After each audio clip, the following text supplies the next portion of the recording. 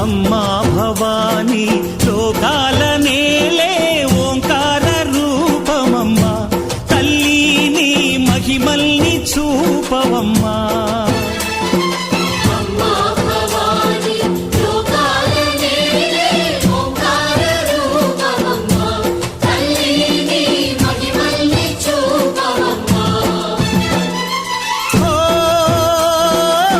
సృష్టికే దీపమా, శక్తికే మూలమా, సింహరథమే నీదమ్మా.